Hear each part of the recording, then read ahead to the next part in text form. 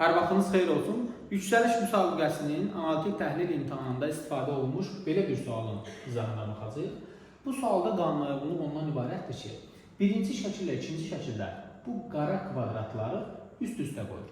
Birinci ilə ikincidə qara kvadratları üst-üstə qoyduğu zaman sağındakı fiqur bunun sağına, aşağısındakı aşağı hissəyə, solunda yoxdur, amma solundakı bunlar üst-üstə düşür.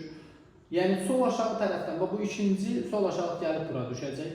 Hər biri üst-üstə qoyulduğu zaman niyə bu qırmızı, digərləri ağ olur? Hansılar ki kəsişiblərsə onları qırmızı, digərlərini isə ağ rəngdə yazılır. Yəni baxın, kvadratın aşağısında bir qara rəngli kvadratın aşağısında bir qara kvadrat var, burada da var. Deməli, bunların rəngi üst-üstə düşdüyünə görə olur qırmızı. Məsələn, bunun solunda yoxdur, burada solda var. Eləcə rəngi yazacaq. Məsələn, soldan bir ikincidə kvadrat var, soldan bir ikincidə kvadrat yoxdur. Gəlib kvadrat olacaq.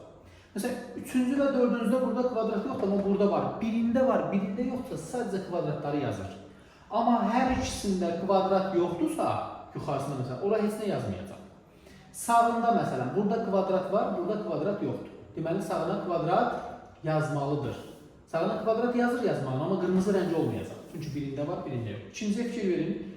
Qara kvadratlardan sol tərəfdə ikisində də kvadrat olduğuna görə sol tərəfdəkini qırmızı rənglə yazın.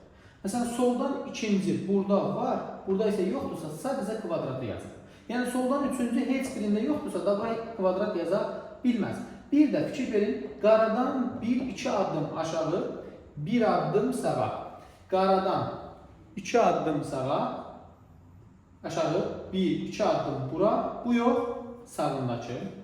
1-2 addım aşağı, yox, bu yox, sağındakı.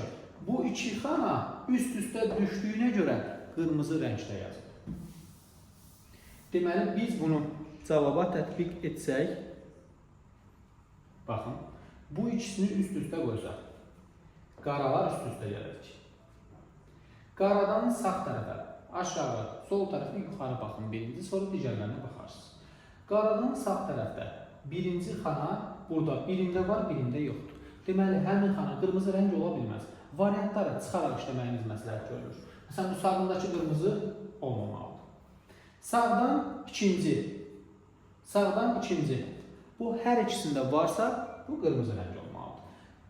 Bu variantda qırmızı olmadığına görə götürə bilmərik. Digər variantlarda götürüləcək. Məsələn, bu iki variantın fərqi nədir? Qaradan aşağı ikinci, qaradan aşağı ikinci. Qaradan aşağı ikinci burada var. Qaradan aşağı ikinci burada da varsa bu olmalıdır qırmızı rəng. Qırmızı rəng olmalıdırsa bu ikincidə qırmızı verməyiblər. Bu iki variantın fərqi nədir? Nöqtədən bir aşağı sağ tərəfdəki burada ağ rəngdədir, burada isə qırmızı rəngdədir. Gəlib nöqtədən bir aşağı sağ tərəfdə baxırıq ki, burada kvadrat yoxdur, digərində isə kvadrat varsa, bura qırmızı ola bilməz. Birində var, birində yoxsa qırmızı ola bilməz. Yəni, bu yox, doğru cavab bu olacaq. Niyə soruşsaq? Nöqtədən iki aşağı olan bununla bu üst-üstə düşür, qırmızı rəngdə. Bir də bunun sağındakı hər ikisində var, bir də bu qırmızı rəngdə olmalıdır. Nöqtədən sağa ikinci, nöqtədən sağa ikinci. Bir də bunlar üst-üstə düşdüyünə görə qırmızı rəngdə olacaq. Yəni, doğru cavab birincidir.